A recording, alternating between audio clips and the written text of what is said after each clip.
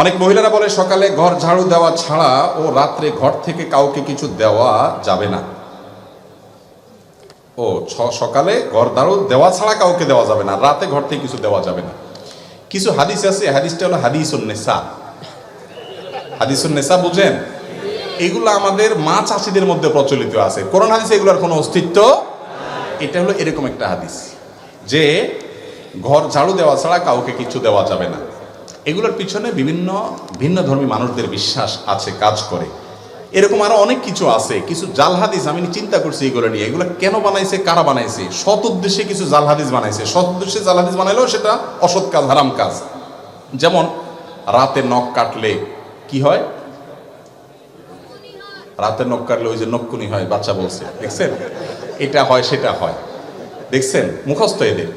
আচ্ছা, রাতে নখ কাটলে কোরআন হাদিসে কোথাও নিষেধ নাই, আপনি রাতে কাটেন, দিনে কাটেন। এটা আমার মনে হয় কোনো সময় মুরব্বীরা চিন্তা করছে, পোলাপান রাতে নখ কাটতে গেলে অন্ধকারের মধ্যে, তখন হারিকানে মেমবাতিতে আপনার চেরাগের আলোতে, কি আর আলো থাকে, কাটতে গেলে হাত টাত কাটতে পারে। এই জন্য হয়তো পোলাপানের একটা হাদিস বানাই দিছে আর যে রাতে নখ কাটলে এটা হয়, যাতে দিনে কাটে।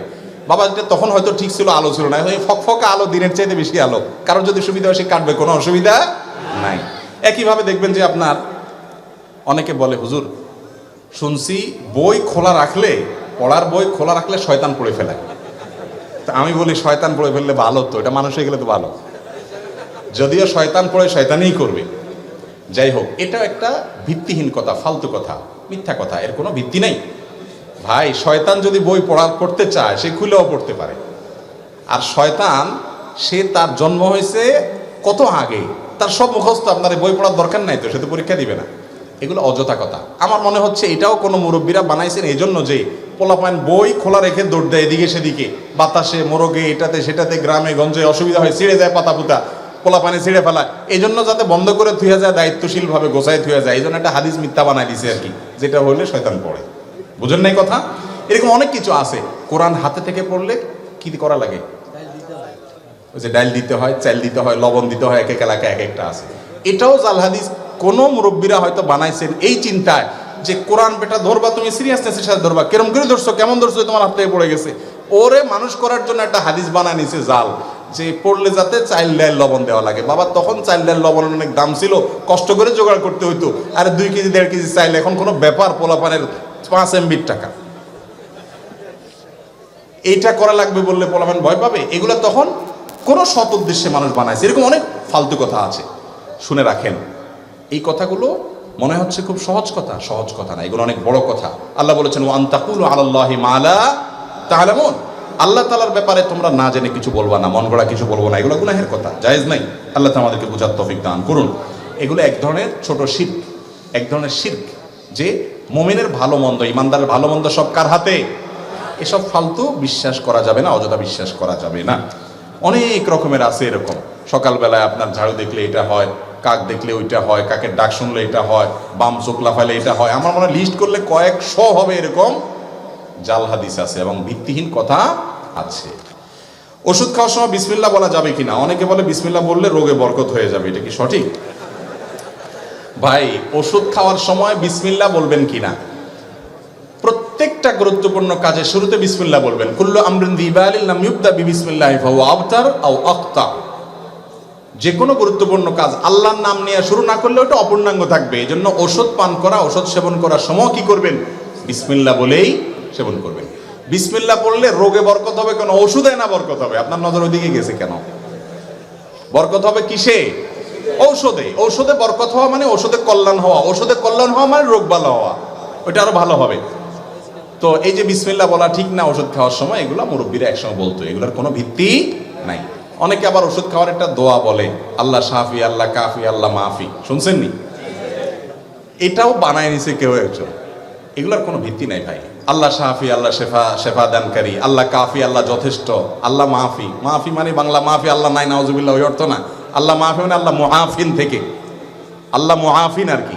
তো এই যে কথাগুলো বলা হয়, এই কথাগুলো আপনার বিশেষ করে এই দোয়াটা, এটা কোরআন হাদিসে আসে নাই। আপনি আল্লাহর নাম নিয়ে বিসমিল্লাহ বলে ওষুধ সেবন করে ফেলবেন, ইনশাআল্লাহ আল্লাহ তাআলা কি দিবেন? শেফা দান করবেন। এরপরে প্রশ্ন হলো, মাহরামের সামনে শরীরের কতটুকু অংশ মুক্ত রাখা যাবে? মাহরামের সামনে একজন নারী মাহরাম পুরুষের সামনে, ধরেন শ্বশুরের সামনে, তারপর তার বাপ ভাইয়ের সামনে, যাদের সাথে দেখা দেওয়া জায়েজ আছে তাদের সামনে শালীন পোশাকে থাকবেন, মার্জিত পোশাকে থাকবেন। তার চেহারা, তার হাত, তার পা, পায়ের গোছা, এই অংশগুলো তারা দেখাতে পারেন, মাথা, এগুলো উন্মুক্ত রাখতে পারেন। ফিতনা সংকুল এই সময়ে নিজেকে যতটা শালীন রাখা যাবে স্বামী ছাড়া অন্যদের সামনে, ততটাই নিরাপদ এবং ততটাই সেফ, ততটাই ব্যক্তিত্ব বহন করে। এই জিনিসটা খেয়াল করতে হবে। বাকি শরীয়তের সীমানার ক্ষেত্রে যথেষ্ট আপনার প্রশস্ত। একই কথা পুরুষের জন্য প্রযোজ্য। পুরুষ তার শ্বশুর বাড়িতে আপনার যারা মাহরাম আছেন, শাশুড়ি আছেন, তারপরে যাইয়া আপনার তার বোন নিজের বাড়িতে আছেন, মা আছেন, তাদের সামনে নাভি থেকে হাঁটু পর্যন্ত এই অংশ তিনি ঢেকে রাখবেন, বাকি অংশ প্রদর্শন করতে পারবেন, কিন্তু তাকেও যথাসম্ভব শালীন এবং যথাসম্ভব যতটুকু না হয় না ততটুকু তিনি উন্মুক্ত রেখে চলতে পারবেন ওই মূল অংশের বাইরে। এর পরের প্রশ্ন হলো,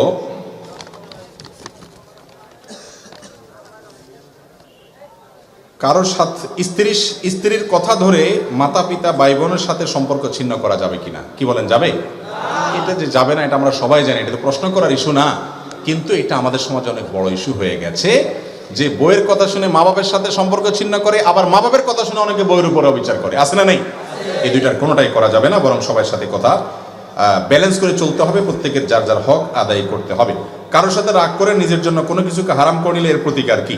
কারোর সাথে রাগ করে যদি আপনি নিজের জন্য কিছু হারাম করেন, এটা জায়েজ নাই। লিমা তুহাররিমু মা আহাল্লাল্লাহু লাক, আল্লাহ যেটা হালাল করেছেন সেটা কি নিজে হারাম করা যাবে না।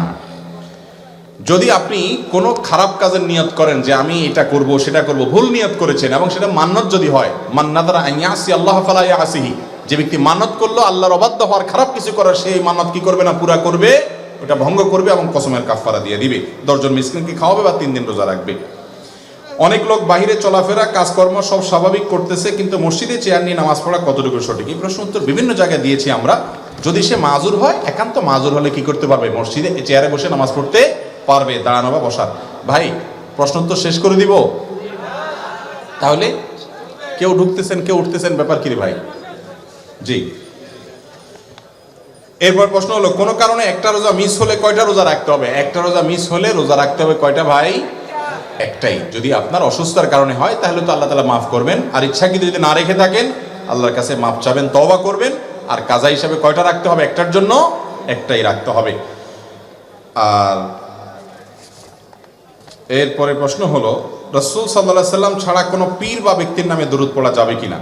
যেমন কোন দরবারে বিভিন্ন পীরের নামে দুরুদ আছে, আসসালাতু ওয়াসসালামু আলাইকা অমুক বলি। ভাই দুরুদের ক্ষেত্রে সারা বিশ্বের সমস্ত উলামা ইকরামে একমত, রাসূল করিম সাল্লাল্লাহু আলাইহি সাল্লাম ছাড়া অন্য কারোর জন্য সালাত সালাম এই সালাত শব্দ ব্যবহার করে দুরুদের যে ফরম্যাট, ওই ফরম্যাটে স্বতন্ত্র দুরুদ পাঠ করা যাবে না। এটা মাকরুহ, অপছন্দনীয়, এবং এটা দোয়া এবং সৎ উদ্দেশ্যে করলেও ভালো না। বরং কি করতে হবে? নবী করিম সাল্লাল্লাহু আলাইহি সাল্লামের সাথে দুরুদের অন্যদের নাম যুক্ত করে, যে তার প্রতি এবং তার পরিবারের প্রতি, অন্য মুসলমানদের প্রতি, অমুকের প্রতি অন্যদেরকে যুক্ত করা যাবে। এটা রাসূল আকরাম সাল্লাল্লাহু আলাইহি সাল্লামের শানের দিকে তাকিয়ে। এরপরে লম্বা অনেক প্রশ্ন, একটা প্রশ্ন নিচ্ছে এখান থেকে। মৃত ব্যক্তির পাশে কোরআন তেলাওয়াত এবং 4 দিন চল্লিশা করার বিধান কি? চল্লিশার বিধান শেষ হয়ে গেছে, মৃত ব্যক্তির সামনে কোরআন তেলাওয়াত। ভাই কোরআন তেলাওয়াত করতে হবে জীবিত ব্যক্তির সামনে, তাকে শোনানোর জন্য। যিনি মারা গেছেন তার সামনে তেলাওয়াত করলে তিনি শুনতে পাবেন। ওমা আনতা বিমুসমিইন মান ফিল কুবুর। আপনি মৃত ব্যক্তিকে যেহেতু শোনাতে পারবেন না, তাহলে এবার তার সামনে কোরআন তেলাওয়াত করার কোনো ফজিলত নাই। মৃত ব্যক্তি কেউ মারা গেলে তার চারপাশে, লাশের চারপাশে ঘিরে মানুষ কোরআন তেলাওয়াত করে, অনেক সময় হুজুর ভাড়া করে আনি কোরআন তেলাওয়াত করা হয়। এগুলো ইসলামের নির্দেশ না।